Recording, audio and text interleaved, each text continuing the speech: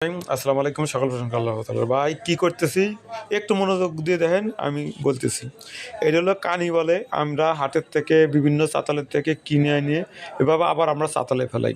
চাতালে ফেলাইয়া ধরেন যেটুক ময়েশ্চার থাকে সেইটুক আমরা রোদ্দুর দিয়ে সেইটুক আমরা গাটাই। গাটানোর পরে এভাবে আমরা খুঁটি মানে যা আছে এর ভিতরে ধরেন কিছু গন্ধ, কিছু মোতা, আবিজাবি যা আছে খুঁটার পরে তারপর আমরা মিলি দিয়ে ধরেন আবার এবার আধা ঘন্টা ১ ঘন্টা গুঁড়োনোর পরে ধরেন মালটা একটা চকলেটের ভাব আসে, কেনি মুতার একটা ডক আসে।